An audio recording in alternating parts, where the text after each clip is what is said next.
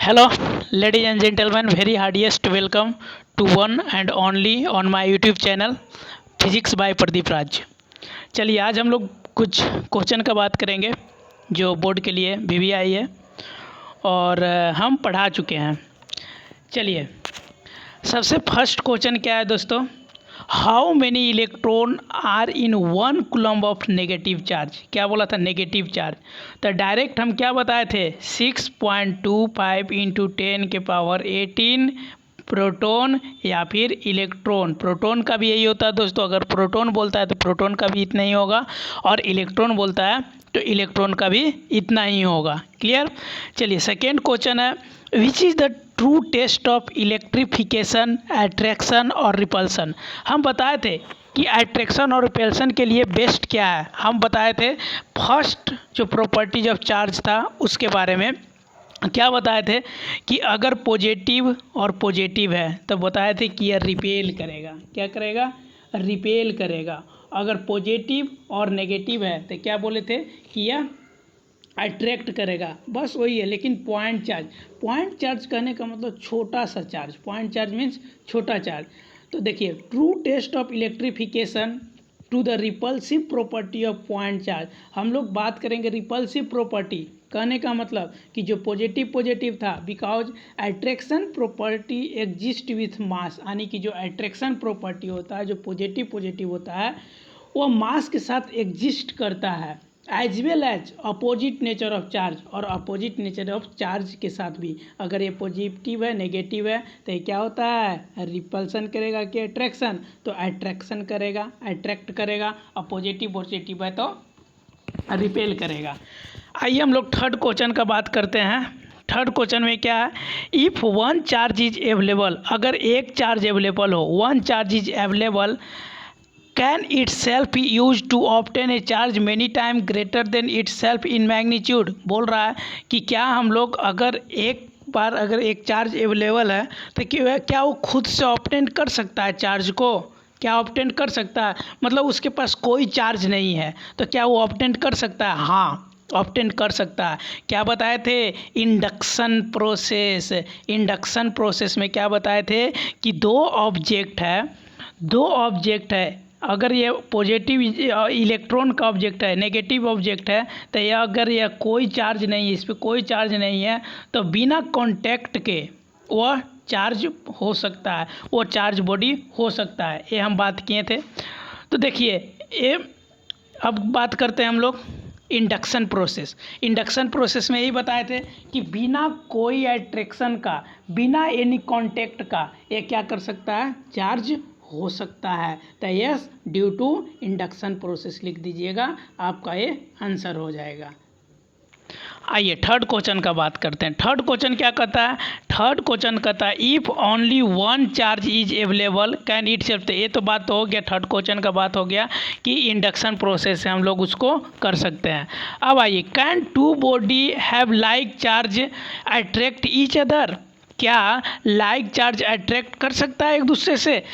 Like charge में क्या कहे थे हम लोग, पॉजिटिव और पॉजिटिव क्या होता था, यह लेकिन रिपेल होता था। तो क्या अट्रैक्ट कर सकता है, हाँ कर सकता है। किसके वजह से, हम तो बात किए थे कि सर आप बताए थे कि ये पॉजिटिव चार्ज और पॉजिटिव चार्ज है, रिपेल करेगा। अगर पॉजिटिव चार्ज और नेगेटिव चार्ज है तो अट्रैक्ट करेगा। लेकिन आप तो यहाँ सर क्वेश्चन दिए क्या कि क्या दो body like charge attract each other. क्या अगर दो बॉडी है, पॉजिटिव पॉजिटिव है, तो क्या वो अट्रैक्ट कर सकता है, हाँ कर सकता है। क्यों नहीं करेगा, करेगा। क्यों करेगा, इंडक्शन प्रोसेस पढ़े हो, yes. Two same nature of charge body, यानी कि दो चार्ज बॉडी सेम नेचर का ये चार्ज बॉडी है, में अट्रैक्ट ईच अदर, या फिर ये अट्रैक्ट कर सकता है या रिपेल कर सकता है। वो किस पे, ड्यू टू इंडक्शन इफेक्ट। किस वजह से वो अट्रैक्ट करेगा, इंडक्शन इफेक्ट के वजह से। लेकिन but the same nature of point charge, देखो बाबू एक चीज़ याद रखना, अगर पॉइंट चार्ज का बात कर रहा है, पॉइंट चार्ज का बात कर रहा है और सेम नेचर का पॉइंट चार्ज है, तब रिपेल करेगा। तब क्या करेगा, रिपेल करेगा। वो दोनों का रिपेल करेगा same nature of point charge है तब। अगर पॉइंट चार्ज नहीं है, सिर्फ अगर बोल दिया नेचर ऑफ चार्ज, तो वो हमेशा अट्रैक्ट करेगा। किसके कारण? ड्यू टू इंडक्शन मेथड के कारण। ये तुम्हारा मेन पोर्शन है, जो कि ये 1 नंबर हमेशा बिहार बोर्ड में ऑब्जेक्टिव के रूप में, क्योंकि उसमें 50-50 कर दिया है, 60 क्वेश्चन आता है, इसके वजह से। मेरे समय जब मैं दे रहा था तो कितना था, 35 क्वेश्चन था। हाँ, 35 क्वेश्चन ऑब्जेक्टिव था, बाकी ऑल पॉजिटिव था, मतलब ऑल सब्जेक्टिव क्वेश्चन था। चलिए आगे चलते हैं, आगे क्या करता है, अब आगे पढ़ते हैं। चलिए दूसरा, कैन ये charge body attract an uncharge body. बोल रहा है कि अगर यह चार्ज बॉडी है, चार्ज बॉडी में इस पे इलेक्ट्रॉन है, इलेक्ट्रॉन भरा हुआ है, तो क्या अनचार्ज बॉडी में अट्रैक्ट कर सकता है? या एक दोनों में टच हो सकता है, अट्रैक्ट कर सकता है, जिस तरह चुंबक करता है? हो सकता है। क्यों? क्योंकि इंडक्शन मेथड में पढ़ाए थे, it can attract due to induction method. यह किसके कारण होगा? इंडक्शन मेथड के कारण वो कर सकता है। चलिए अब हम लोग पढ़ते हैं कुछ नोट्स, जो नोट्स बहुत इंपॉर्टेंट है, ये हमेशा पूछता है एग्जाम में, याद रखिएगा, हमेशा ऑलवेज पूछता है। आइए, the total charge of universe, आने की अगर पूछेगा टोटल चार्ज ऑफ यूनिवर्स का टोटल चार्ज अगर पूछता है तो ये कांस्टेंट होता है। क्या होता है? कांस्टेंट होता है। फिर अगर हम लोग बात करें कि सर अगर, याद रखिएगा कि दो इलेक्ट्रॉन को, एक इलेक्ट्रॉन है ये, एक इलेक्ट्रॉन है, अगर 2 इलेक्ट्रॉन को, या फिर इलेक्ट्रॉन कहने का मतलब, आइए आगे पढ़ते हैं हम लोग क्या इलेक्ट्रॉन है। अगर 2 इलेक्ट्रॉन को, इलेक्ट्रॉन कहने का मतलब नेगेटिव, तो ये अट्रैक्ट करेगा। अच्छा, अगर 2 न्यूट्रॉन को, neutron are place at same distance apart from each other, अगर 2 न्यूट्रॉन है, एक न्यूट्रॉन इधर है, एक न्यूट्रॉन इधर है, 2 न्यूट्रॉन है और सेम डिस्टेंस, इसका जो डिस्टेंस है, इसका दूरी जो है वो सेम है एक दूसरे से, तो क्या वो अट्रैक्ट करेगा? हाँ सर, ये अट्रैक्ट करेगा। They will attract each other, तो यहाँ लिख दीजिएगा अट्रैक्ट ईच अदर, या अट्रैक्ट करेगा। क्लियर है? चलिए नेक्स्ट नोट्स चलते हैं। नेक्स्ट नोट्स क्या है बाबू मेरा? देखो नेक्स्ट नोट में लिख लीजिएगा इसको जरूरी। कभी सर्फ का बबल को देखे हो? सर्फ का बबल जो होता है, बबल ऑफ सर्फ, ये मान लिया जाए सर्फ का बबल है। ये सर्फ का जो बबल होता है, ये चार्ज कर दिया जाए, इस सर्फ बबल को चार्ज किया जाए तो उसका साइज क्या होगा? ये पूछता है कि अगर एक सर्फ का बबल है, बुलबुला है, उसको अगर चार्ज कर दिया जाए तो उसका साइज क्या होगा? उसका साइज हमेशा इंक्रीज करता है, उसका साइज हमेशा क्या होता है? बढ़ता है। उसका साइज ऑलवेज इंक्रीजेज, हमेशा क्या होता है दोस्तों? उसका साइज इंक्रीज करता है। चलिए अब देखिए दोस्तों, बिहार बोर्ड का VVI क्वेश्चन, बिहार बोर्ड हो, CBSE बोर्ड हो, या फिर जैक बोर्ड हो, मतलब झारखंड बोर्ड हो, कोई भी बोर्ड हो, अब देखिए ये हमेशा 3 नंबर या फिर 4 नंबर में ये पूछता है। 3 या फिर 4 नंबर में कंफर्म हमेशा पूछता है। 3-4 नंबर का Coulomb's law for an electric. चलिए अब हम लोग पढ़ते हैं Coulomb's law for an electric charge. क्या बोला ये देखिए, Coulomb's law state that the 2 point charge attract each other और repel each other according to its nature. हम बात किए थे कूलम्ब्स लॉ, रट लीजिएगा, समझ लीजिएगा। यहाँ समझना है कि हम बोले थे क्या बाबू, कि अगर 2 पॉइंट चार्ज है और सेम नेचर का 2 पॉइंट चार्ज है तो अट्रैक्ट करता है। अगर 2 पॉइंट चार्ज अगर सेम नेचर का नहीं है, पॉइंट चार्ज का बात करें तो यह रिपेल करता है। ये हम लोग बात कर चुके हैं। तो वही बोल रहा है, Coulomb's law state that the 2 point charge attract और repel each other according to its nature. इसका नेचर पे डिपेंड करता है कि वो पॉजिटिव है या फिर पॉजिटिव नेगेटिव है। where the magnitude of force is directly to product of 2 point charge and inversely proportional to a square of separation between it। चलिए अब हम लोग बात करते हैं 2 point चार्ज। क्या बोला? where the magnitude of force is directly to product of 2 point charge. Force मतलब एफ डायरेक्टली प्रोपोर्शनल किसका? Q1 और Q2 का डायरेक्टली प्रोपोर्शनल है। उसके बाद आइए inversely proportional to a square of separation between it, मतलब इनवर्सली प्रोपोर्शनल मतलब 1/r²। इनवर्सली प्रोपोर्शनल होगा। अब चलिए आगे, यहाँ के बाद लिखिएगा क्या है कि अगर हम दोनों को हटाते हैं, ये डायरेक्टली प्रोपोर्शनल को हटाते हैं तो जो एफ बराबर होगा, हम बोले थे कि डायरेक्टली प्रोपोर्शनल को हटाते हैं तो कांस्टेंट आता है।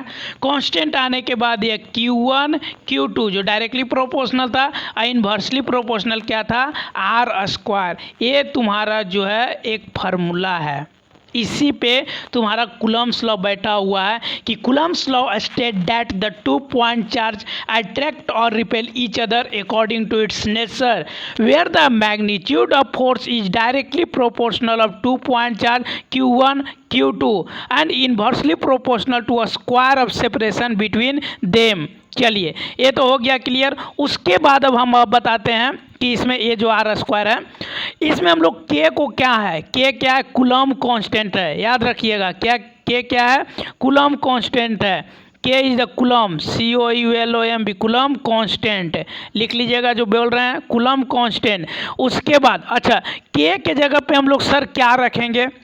के के जगह पे हम लोग 1/4 पाई एप्सिलॉन नॉट रखेंगे। 1/4 पाई एप्सिलॉन नॉट रखेंगे। कितना रखेंगे? 1/4 पाई एप्सिलॉन नॉट।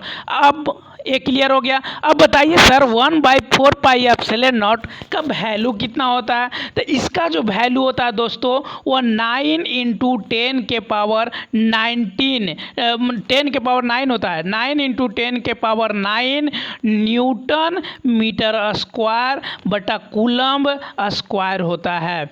क्या होता है? के का वैल्यू 1/4 पाई एप्सिलॉन नॉट का वैल्यू क्या होता है? 9 × 10 के power 9 newton metre square coulomb square. ये हमेशा याद रखिएगा। अब बोले सर एप्सिलॉन नॉट का नहीं बताएं, तो एप्सिलॉन नॉट का आइए। चलिए एप्सिलॉन नॉट यही ना लिखाए थे, तो एप्सिलॉन नॉट को हम लोग परमिटिविटी ऑफ फ्री स्पेस बोलते हैं। क्या बोलते हैं एप्सिलॉन नॉट को? लिख देते हैं permittivity of the free space. Free space कहने का मतलब वैक्यूम में, कि हाँ वैक्यूम का बात कर रहे हैं। तो ये समझ में आया क्या बोले थे? अब शुरू से एक बार सबका वैल्यू देख लीजिए, क्योंकि वैल्यू बहुत इंपॉर्टेंट है। ठीक है, वैल्यू अब देख लीजिए एक बार। आइए सबसे वैल्यू हम लोग पहले क्या पढ़े थे कि 1/4 पाई एप्सिलॉन नॉट का वैल्यू। चलिए बात करते हैं 1/4 पाई एप्सिलॉन नॉट का वैल्यू, जो होता है 9 × 10 के पावर 9 क्या होता है? Newton metre square by coulomb square, ये होता है। अच्छा सर एप्सिलॉन नॉट का वैल्यू बता दीजिए सर। तो ये होता है 8.85 × 10 के पावर, याद रखिएगा 10 के पावर -12 होता है। और यह कूलम्ब स्क्वायर, ये बदल जाता है। कूलम्ब स्क्वायर देखिए एप्सिलॉन नॉट है नीचे में, ये ऊपर जाएगा तो बदल जाएगा, ये भी ऊपर जाएगा तो न्यूटन और यहाँ मीटर स्क्वायर हो जाएगा। ठीक है। अब एक चीज़ और सर, जैसे कि हम लोग क्या पढ़ लिए, इसको हम टोटल कितना लिख सकते हैं इसका फार्मूला से। उसके बाद देखिए आप, जैसे कि मान लीजिएगा F = आपने बताया कि K × Q1 Q2 by r²। इस K के जगह पे सर हम लोग लिखें 1/4 पाई एप्सिलॉन नॉट, यहाँ पे Q1 Q2 बाई r²। यही तो फार्मूला हमारा F बराबर, यही ना फार्मूला है दोस्तों, यही ना फार्मूला है। F = 1/4 pi epsilon not Q1 Q2 by r²। This is the formula. चलिए एक बार आप फार्मूला बोलिए। F बराबर 1/4 pi epsilon not Q1 Q2 by r²। यही फार्मूला था सर, याद आ गया। तो बताइए अब हम लोग यूनिट ऑफ के, यहाँ पे जो के था तो के का यूनिट क्या होगा और डायमेंशन क्या होगा और एप्सिलॉन नॉट का यूनिट, तो ये लिख लीजिए पहले। एप्सिलॉन नॉट का यूनिट हमेशा पूछ देता है, बिहार बोर्ड हो या कोई भी बोर्ड हो, तो एप्सिलॉन नॉट का यूनिट याद रखिएगा। यूनिट हमेशा इसका क्या होगा, ये होगा एप्सिलॉन नॉट का क्या होगा दोस्तों, coulomb square by newton metre square, ये आपका यूनिट होगा। ये यूनिट हमेशा याद रखिएगा। चलिए दोस्तों, आज तो इतना ही बात करेंगे, लेकिन एक चीज़ जान लीजिए, आपको जितना बताए हैं वो नीचे देखिए, दिखा देते हैं आपको, लिख लीजिएगा, पूरा नोट्स बनाइएगा, नोट्स को पढ़िएगा। हाँ देखिए पूरा है, जो चीज़ बताएं वही है दोस्तों, देखिए पूरा बताए हुए हैं। एफ डायरेक्टली प्रोपोर्शनल होता है Q1 Q2, inversely proportional 1/r²। F directly proportional होता है Q1 Q2 r²। तो एफ इज इक्वल टू के Q1 के, सारा के कूलम कांस्टेंट है। 1/4 एप्सिलॉन नॉट का वैल्यू भी बताएं दोस्तों। एप्सिलॉन नॉट का बोलते हैं परमिटिविटी ऑफ, जो भी बोलते हैं वो बोलते हैं। उसके बाद वैल्यू भी बताएं 1/4 एप्सिलॉन नॉट का 9 × 10⁻⁹ newton metre square by coulomb square. Epsilon naught का भी वैल्यू बताएं 8.85 × 10⁻⁻12 coulomb square newton metre. Unit K का यूनिट बताना है। उसके बाद हम लोग एप्सिलॉन नॉट का भी यूनिट बता दिए दोस्तों। देखिए ये एप्सिलॉन नॉट का यूनिट है, ये यहाँ पे लास्ट में यूनिट आता है, ये फार्मूला लास्ट में निकालें। ये सब पूरा हम क्लियर कर दिए दोस्तों। Thank you.